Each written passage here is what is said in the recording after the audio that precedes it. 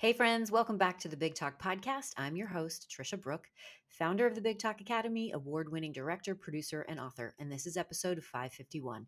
Today, I am talking with the incredible Becca Powers. Becca is an award winning high tech Fortune 500 sales executive, best selling author, and a force to be reckoned with. And that is no joke. Delivering empowering keynotes and workshops to organizations around the world, Becca has become a go to expert in achieving work life success and reaching your peak potential.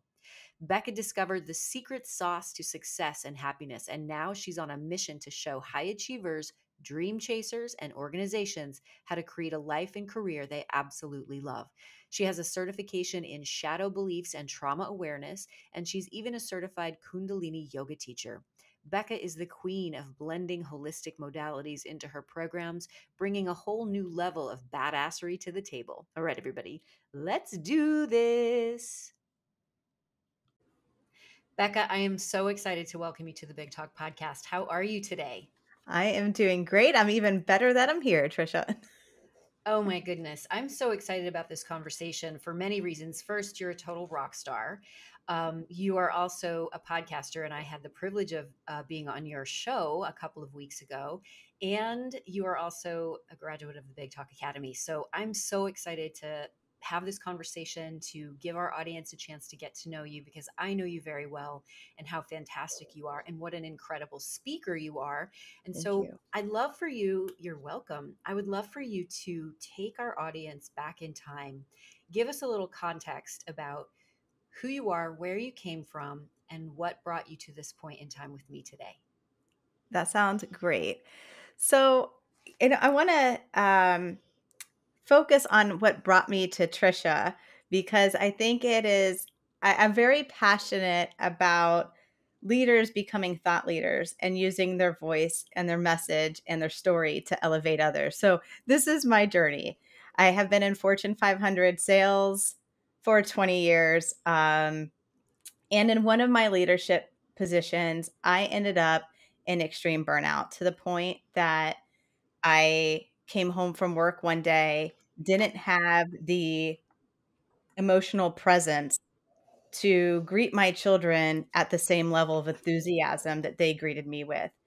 And I quite honestly greeted them with anger and harshness. And it was one of those moments in time where everything slowed down and I saw the pain of on their faces of me not being able to have presence for them. And so anyhow, I really in that moment in time, it was that night that I fell to the bathroom floor in exhaustion, but when I rose off the bathroom floor, I rose because I had nowhere else to go. I had nowhere else to go but up when I was on that bathroom floor. And I called out to universe, God, whatever word you want to put on it. And I was like, I need help. I can't do tomorrow the same way I'm doing today. Like I just physically couldn't. And I say that I got my instant miracle. And that instant miracle came in the form of a phrase that a former VP of sales had told me a few years earlier, which was, he was really proud of me. He's like, Becca, you're the CEO of your life. And so as I'm laying there on the bathroom floor, I realized that if I was the CEO of my life, I had a lot more power in this situation than I thought I had. And I felt a rush of empowerment go through my body. And I rose up a different woman than the one that went down. And since that moment, I have always enjoyed speaking. I've been speaking since 2009. But once I rose off that bathroom floor and did the work, so I spent 2 years healing myself and redoing priorities, and we can get into all of that. But once I knew that I had made the transformation and that I was never going to go back to that bathroom floor, I wanted to use my voice and my message to help other high achievers, leaders, people that are giving themselves an effort to make a difference in the world. Um, I wanted them to hear my story so that they could learn to prioritize themselves and still go for all the things that matter. So I have That's heard this story more than once because you share it inside of the Big Talk Academy, and I still get goosebumps. The way you tell it and the authenticity behind how you share the story is one of the reasons you're such a masterful communicator and speaker. Let's talk about the work that you mm, did for those 2 years. And I also would love to have you kind of unpack your book, Harness Your Inner CEO, since you talked sure. about being the CEO of your life, because I know those two things are interconnected. Very much so. So that's, well, the thought of being the CEO of my life and then the 2 years of getting my life back on track, that's why I named it Harness Your Inner CEO, because it took 2 years to reharness. But, when I talk about the journey of healing, it was very spiritual and very, what do I wanna say? It was the first time in my life that I ever had to prioritize myself first. What does that mean that you ever had to prioritize yourself first? Well, I've always been a go-getter and a high achiever, and I'm sure some of the listeners can identify with that. So I was always just masterful of getting it all done. I could take care of my 4 kids, myself, the team. I mean, I had a team. I always had people reporting to me, and then I've always had like a side business or something along those lines to yeah, so I've always had my hands in many things and always been successful until that drive, my very strengths ended up becoming my weakness, and I drove myself to the bathroom floor basically. And so I was like, when I'm sitting at the bathroom floor without the internal resources to stand up, I had no other thought than like, I got this formula all wrong.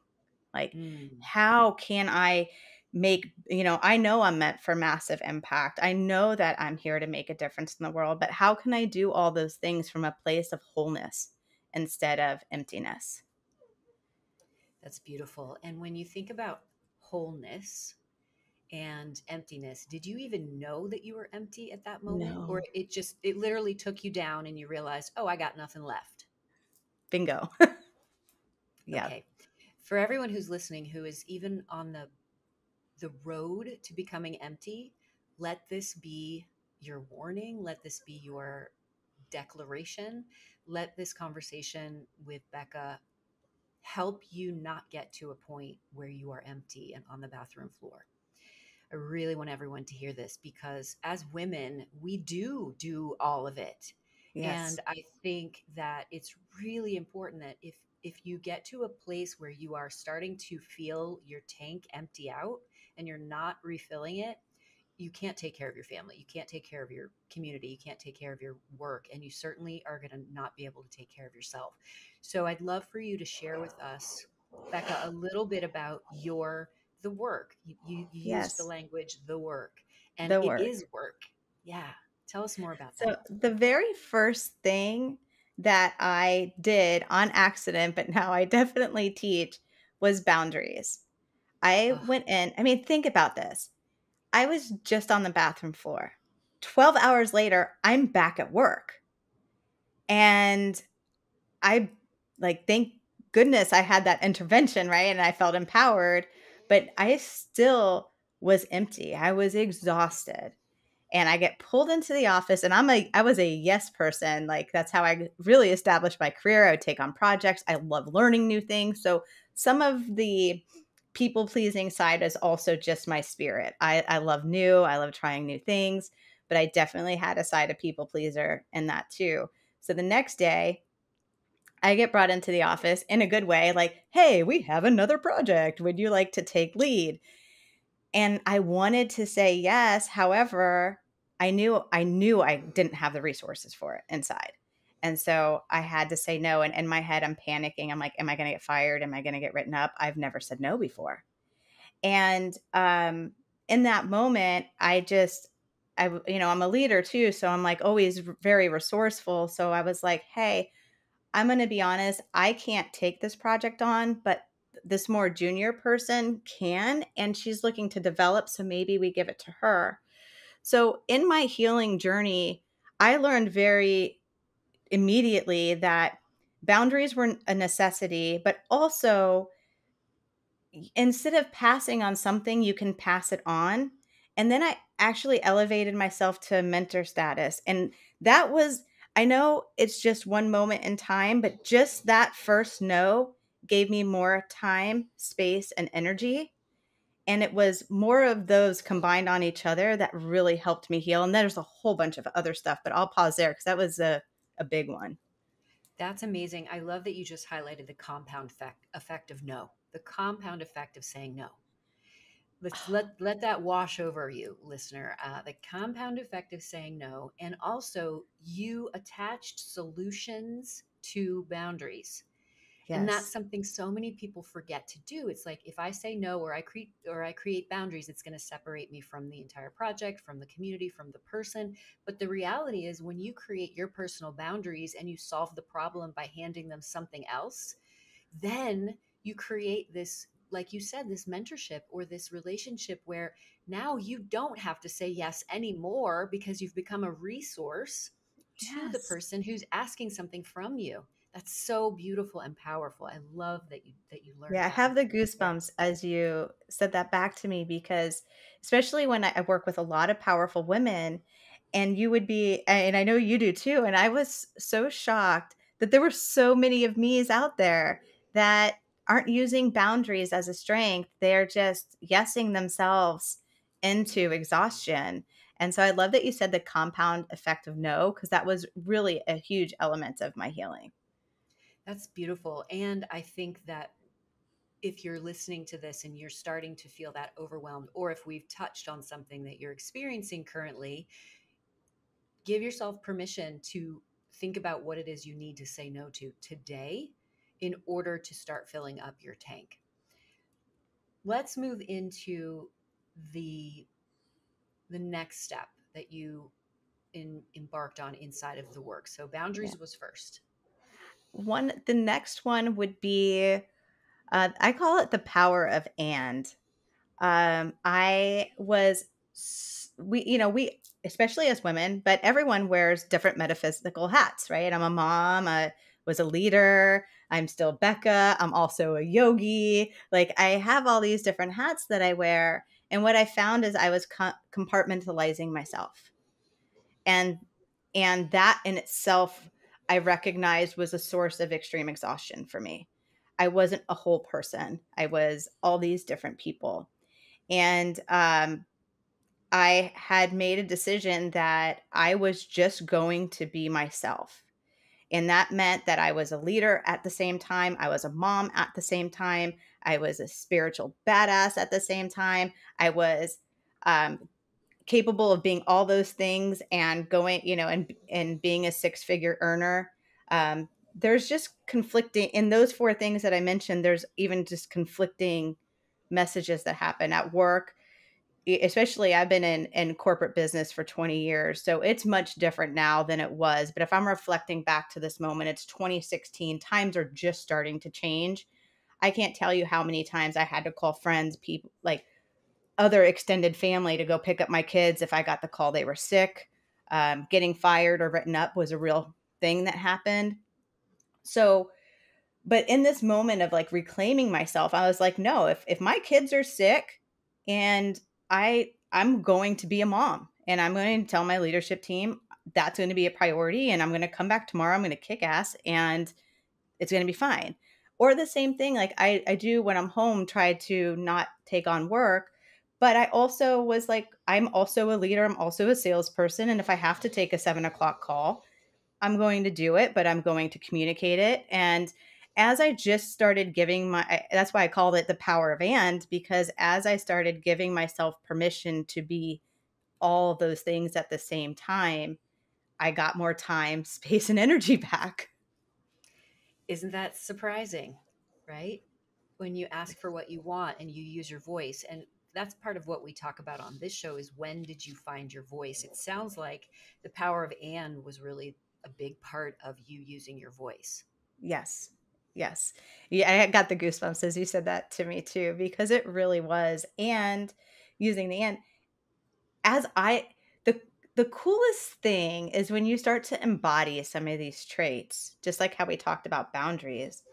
I was giving other women on my team specifically, they felt empowered to hold that position too. And Yes. so they would come up and be like, I know I have got this, and this executable. It'll be done on time, but I need to go be a mom right now. And I'd be like, go, do your thing. I love that you're talking about lifting other women up in this situation, because that's what we do in the Big Talk community. It's I've seen you do it over and over again inside of our private community. We lift each other up. There's room for everyone. Everyone's voices matter. And you being able to model this for other women in your business and in corporate is so important. And I think it's also giving everybody permission to use their voice. When you think about the mentorship and the ripple effect of you being all of you at the same time and showing vulnerability, how hard was that for you? Very, very. I had multiple panic attacks, to be honest, because I was showing up for myself in a way that I had never had. I was I was fearful of even losing my marriage or getting fired, or I had a lot of fear around loss. But I have to say, more I stepped into it, the deeper my marriage became. Mm. I ended up leaving that job that I felt, because it just wasn't in alignment with me. But I would say that my greatest success and fulfillment, so I didn't have to sacrifice one for the other, came on the other side of embracing that vulnerability and on that other side of fear. I want to talk a little bit more about the fear, vulnerability, and the deepening of your marriage, but I also want to just acknowledge, is there a puppy in your presence? Yes. I can hear some sweet noises. It's making me Yes, very that's my happy. Frenchie. I tried to mute her out, but she is a snorter. I can hear her little snorts. They're so adorable. All right. So, for the listener, I thought I heard some snorting and I wanted to just call that Yeah. out. I'm so happy we have a puppy in our presence. Okay. Becca, Thank you. you're welcome. Let's go back to the vulnerability, the deepening of your marriage, and the fear that was Yes. surrounding all of this, kind of really you stepping fully into who you are. Yes. So I'll start with the fear. The fear was very overwhelming. And what I feared the most was judgment of other people. Um, and I think that's pretty common. But that judgment really, I think for years, held me back from stepping into my truth. And when I acknowledged that fear is just a thing, and there's faith too, and I can have fear of my worst qualities, or I can have faith in my best qualities. I can tear to saying that, because I had to just grab that. I needed it. I was empty. I was like, I have to grab this solution instead of that one. I want you to say that again for our listeners. That is a quote they're all going to put on a post-it and put it on on their refrigerator. Say that again for us, Becca. Yeah. So I had to grab onto my faith instead of my fear, because in my faith, I had solutions. Right. I could grab Amazing. onto my strengths instead. That's right. That's right. Awesome. Okay, you're acknowledging that the fear of what other people think is a thing. You're Mhm. releasing from it. You're choosing to be vulnerable, which means telling your leadership team, I'm going to pick the kids up when they're sick. That's a Yeah. massive vulnerability when you know that the consequences could be losing your job. Yes. And then you realize that doing these things, taking this action, deepened the relationship with your husband. How? Why? Tell me more. Well, when you're on empty, it's hard to have deep relationships, period. But Mm. as I started to lean into my faith and my strengths, I realized that I was spreading myself too thin. And I think a lot of women could probably relate to this. But what I realized is why I wasn't having depth in some of my, and with my kids too, I would put them in that same category. Why I wasn't having depth is because I was spread out too thin. I had a lot of acquaintances, a lot of friends, a lot of happy hours and socials. Like I was overextending myself in that area of relationships.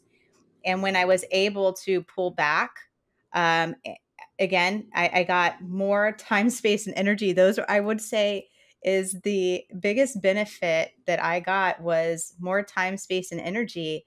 And but that allowed me to have more intimacy in my most important relationships because I wasn't spread so thin.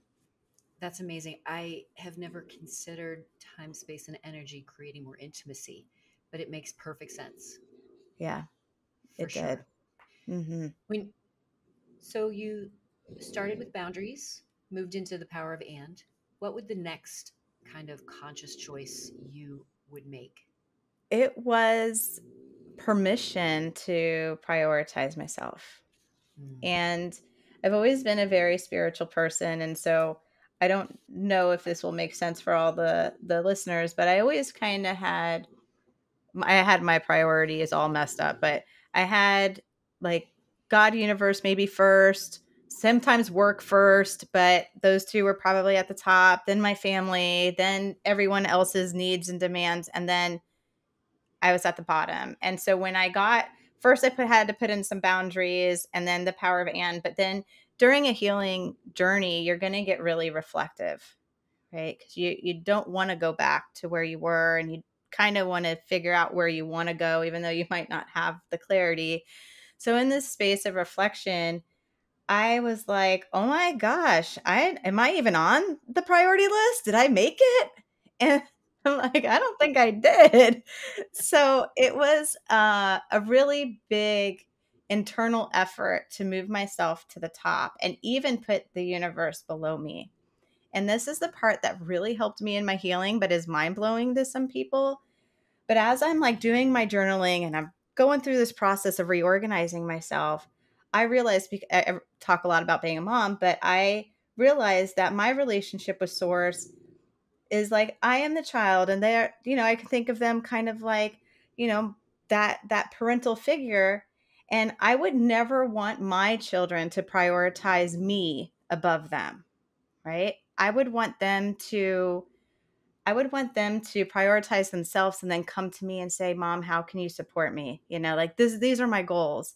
How can you support me? And then so when I started thinking about my relationship with Source like that, like it's okay to prioritize myself first and then be like, "Hey, this is how you can support me and help me." And then I put then I put my relationships, my marriage, my kids, then I put work. And so you can understand that was a big shift of things. that's a huge shift to put work at the bottom of your priority list Crazy. and terrifying, I'm sure. Terrifying. Crazy and terrifying. Yes. Beautiful. I want to talk a little bit more about that in a second, but I love that you made the concerted effort and gave yourself permission to put yourself first. I had a coach ask me once, "Who do you love the most?" And I Mm. said, "Myself." And the expression on their face was really interesting because they thought I would have said Joe, my husband, first. But I have to love myself first. That's how I show up in the world, and that way I can love everyone else even more. Yes. And what's the name of your pup? I have to love your pup Oh too. my God, Bella. So she just Bella. had surgery yesterday. So she's underneath my desk because she doesn't want to be alone. And normally I I put him outside her outside the room, but she is snoozing galore. I'm so So sorry. this is no need to apologize. And when we're talking about source and universe, I did not know that your pup's name is Bella. And you may or may not know that my fur baby Bella transitioned a few weeks Oh, ago. And so she's clearly coming through us right I now. was just And gonna, because you and I share that. I was just tearing because I normally don't have her here. that's right. She's clearly making contact. And I appreciate that she's doing that. Thank you, Bella, for showing up for us today I have the through goosebumps from head to toe because I'm like, hopefully she's quiet because sometimes she sleeps quiet and she's not today. But this is so beautiful. I'm just going to take a Yeah. little breath here.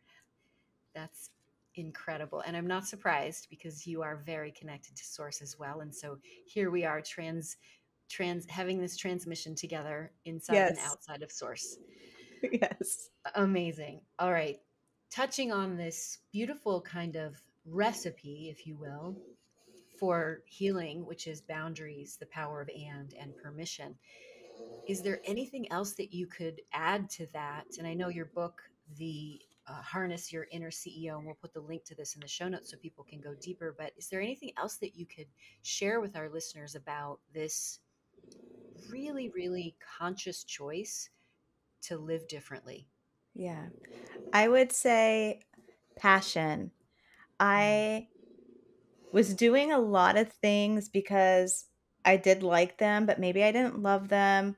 Or I love work because that's I would say that I love creating. And I create through self-expression, which is why I like speaking and writing, and I'm in sales, so you get to be very creative and form strategies and stuff like that. So I'm always I never realized that that's why I loved what I was doing. And I also love other things. I also am a certified Kundalini yoga teacher. I also love music. I and I know you're very passionate about the arts. So I would say my other piece of secret sauce is like the arts, passion. Have something that sets your soul on fire that you might not need to monetize against, but just do it. Like, like I mean, I've thought I'm like, maybe I'll go hip hop dance. There's no, you know, I'm not going to win any awards, I'm sure, but if it makes me happy, the more that my soul was lit up doing passionate things, success and prosperity came as a result. I didn't have to chase it. I didn't have to be like, that's my goal. I need to crush it. I was like, oh, that's a goal I want, but I'm going to go do this like yoga retreat because it makes me feel really good. And then I yeah, would come back and I would get the big deal that I'd been like chasing. So there was this passion gave me like this co-creation spirit, and that's life incredible. just got really awesome. That's so good. And I'm so glad you're sharing with our listeners the importance of passion and being at in flow, having a high vibration, because when you do that, everything becomes effortless. That was the mind-blowing piece. Like, I had worked so hard to the point that I fell to the bathroom floor, reorganized myself, was working less, having more fun, and being more successful. I was like, I don't understand. Oh, I love that so much. All right. Are you ready for some fast talk? Yeah, let's do it. All right. What's your favorite book? My favorite book always changes, but I'm going to say Many Life's Many Masters because that's the one that's coming out of my head right now. Amazing. Love it, Becca. Who's your favorite speaker and why? Well, I do love you as a speaker. I Thank mean, you. just because I have the personal connection, just like flattery right there. But who is my favorite speaker? I don't know. I'm still like kind of obsessed with Tony Robbins. Okay. I just to Fair. see him move thousands and thousands and thousands of people at one time is just incredible. Got it. Amazing. How do you memorize? I make little jingles and like sayings. Awesome. That works very well too. What do you do the day before you speak, whether it's on a big stage or a virtual stage or even on your podcast? Before I speak, I definitely do like a review of what are my most important things I want to get across. But I love Calvin Harris radio. Like, so I'll put that on really loud and I'll start jumping around and just getting into the energy so I'm loose. And Yeah. then once I have a routine, I do about maybe 5 or 6 minutes of songs. And then I'll kind of do a fast journal afterwards on my talk and what's coming through now that I'm not tense. And that kind of just helps me be in the flow a little bit more. I love that. What podcast are you currently obsessed with? Oh my gosh, I do podcasts a lot. I just started binging Glennon Doyle's "You Can Do Hard Things." Hmm. That's been very Awesome. good. Yeah, Mhm. that's a great one.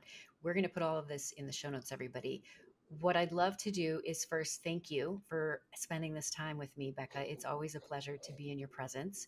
And I would love to know where our listeners can get in touch with you and if there's anything that you want them to know. Yes. So you can find me at beccapowers.com. And, I wanted to share that I am currently keynoting.